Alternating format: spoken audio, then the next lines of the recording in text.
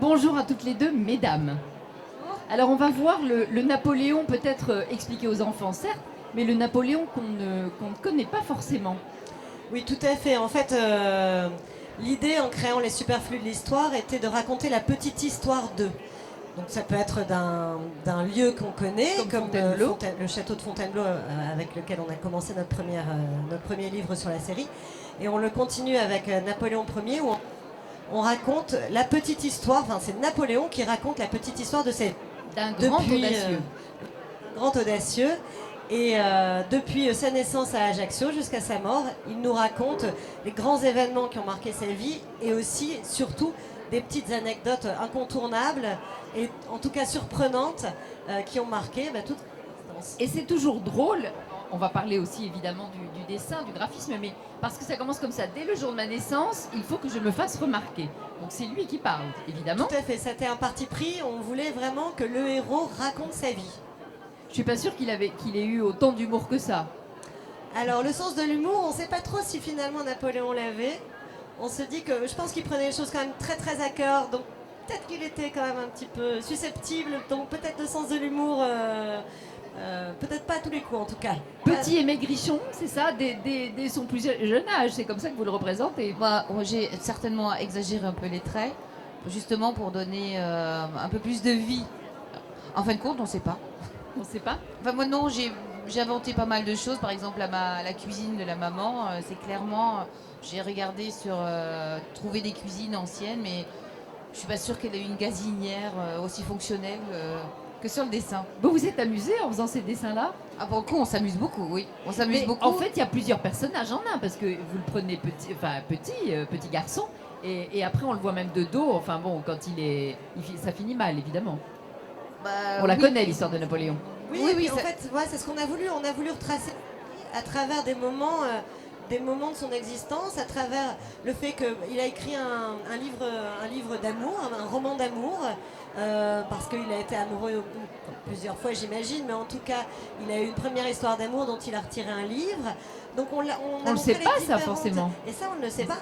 L'idée, c'était vraiment quasiment qu'à chaque page, on puisse se dire ah bon, je savais pas. À propos de l'histoire. Et donc voilà, de titiller, de piquer la curiosité du jeune public, mais aussi des grands curieux, à travers tous les moments différents moments de sa vie qui peuvent être surprenants, intéressants, et pour qu'on découvre que finalement Napoléon n'a pas été qu'un empereur. Il a été tant d'autres choses, d'autres personnages. Napoléon et les femmes, vous avez commencé à en parler un petit peu. Est-ce que tout ne commence pas, comme pour beaucoup de garçons d'ailleurs, avec sa mère? Il a beaucoup craint sa maman. Hein. Elle le faisait trembler. Elle le faisait trembler. Je pense que c'est à peu près la seule personne dont il avait un peu peur.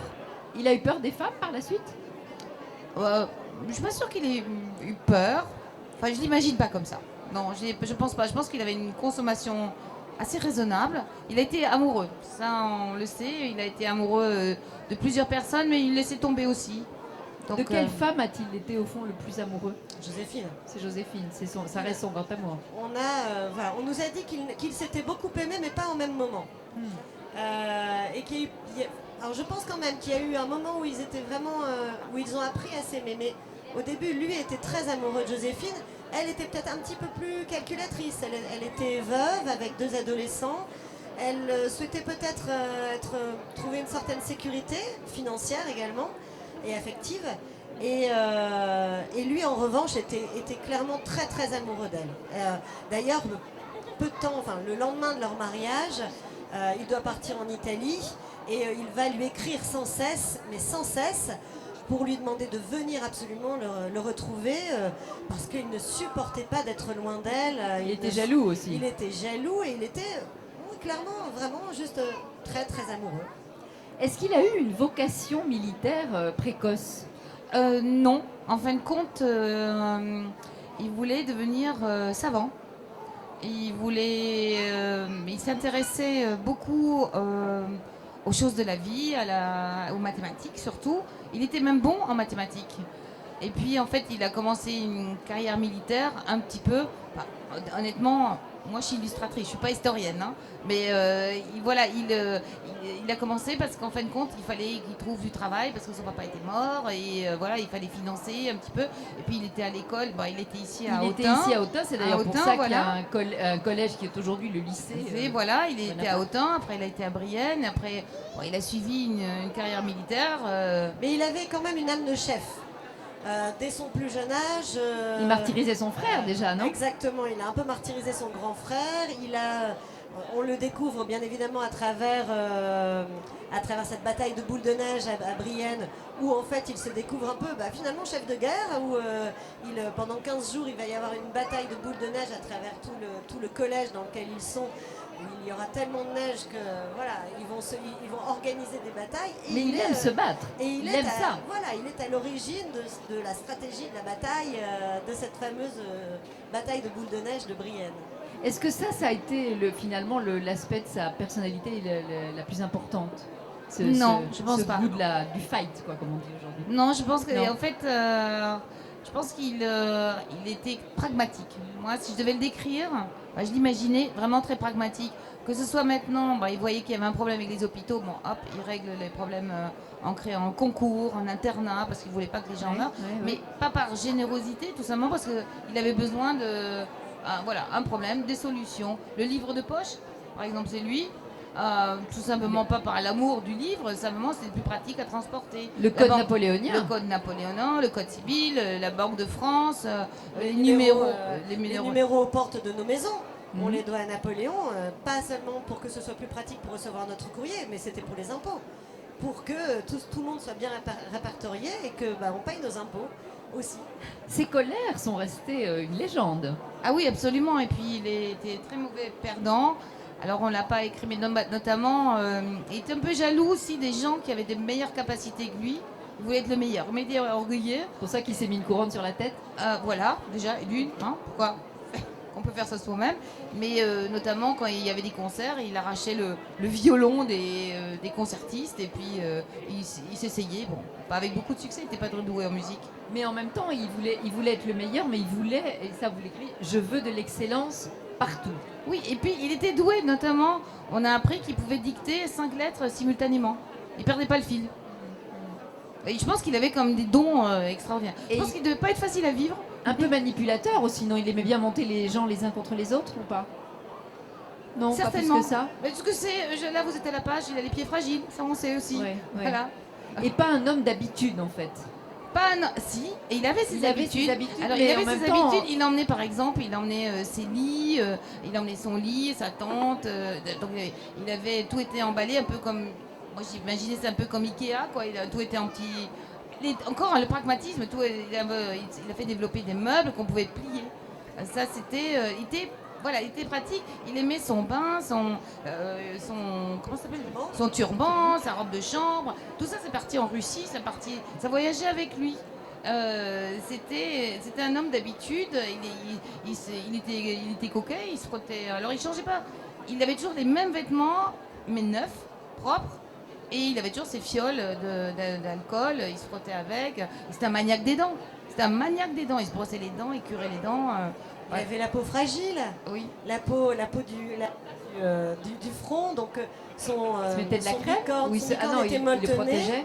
Son bicorne était molletonné pour ne pas lui abîmer le front. Il avait aussi les pieds fragiles, donc il avait quelqu'un à son service qui était là juste pour lui casser les bottes, c'est-à-dire que donc il marchait avec les bottes neuves pour assouplir le cuir afin que les pieds de Napoléon ne soient pas trop abîmés. Donc voilà, à chaque fois, ce sont des anecdotes où quand on découvre ça, on le vérifie à chaque fois pour voir si en effet ce qu'on vient de découvrir est totalement réel. Et donc c'était du pain béni pour nous. Il fallait qu'on mette toutes ces petites anecdotes et qu'on en fasse bénéficier le jeune et le moins jeune. Et le moins jeune, le moins jeune. Parce que voilà, c'est l'occasion de montrer d'autres facettes, de piquer à la curiosité, de montrer d'autres facettes d'un personnage qu'on croit connaître, mais dans les petites habitudes ou dans différents aspects de sa personnalité, on découvre que finalement, derrière l'empereur ou sous le bicorne, il y a un homme avec ses qualités, ses défauts, ses manies, ses habitudes. Comment est-ce que vous avez travaillé sur le plan graphique? Vous avez regardé beaucoup de peintures Des peintures, bien sûr, forcément les peintures. Mais le plus difficile pour moi, c'était son quotidien. parce que forcément, il est toujours en tenue d'apparat sur un cheval, et même s'il est sur un baudet, il est voyagé avec des pulls et des bonnets, David l'a peint sur un beau destrier. Il se laissait pas peindre dans non, pas du tout. quel... Donc après, bon, on regardait un peu comment étaient habillés les autres gens. On savait qu'il avait des goûts simples, entre guillemets. Donc voilà, après, bon, bah, un petit peu de liberté. Et la chute de l'aigle, à partir du moment, puisqu'il y a toute la partie évidemment de la fin, est-ce que celle-là vous a fait mal au cœur pour lui? Non, bah, il fallait bien qu'il... Voilà. Oh, moi, ça m'a touchée à travers sa solitude. Oui, sa solitude, ça c'est vrai. On se disait quand même, ça devait pas être facile. Éloigné, surtout, enfin, on est des mères de famille, éloigné de ses enfants. Il était très attaché à son fils. Être éloigné de son fils, pour lui, c'était un crève-cœur. Être éloigné de Marie-Louise, c'était un crève-cœur. Mais après, bon, il a choisi son destin aussi un peu. Et de toute façon, c'était un travail pour vous, un projet en tout cas. Exactement. Ah oui, oui. Et qu'on a eu un grand plaisir à faire à deux, parce que ça a été toujours un travail. On a fait les recherches à deux. Moi, je commençais les textes, Bettina les revoyait, on leur travaillait ensemble. En écrivant, certaines idées me venaient pour un dessin. J'en parlais avec Bettina qui me disait tu peux le réaliser ou pas, ou de cette manière-là. Donc à chaque fois, nos capacités respectives se sont entremêlées. Et bah voilà, on espère que ça va plaire à tous les lecteurs et lectrices du salon aujourd'hui et à l'avenir aussi. Merci beaucoup à toutes les deux. Merci Merci beaucoup. pour m'avoir accueilli. Merci.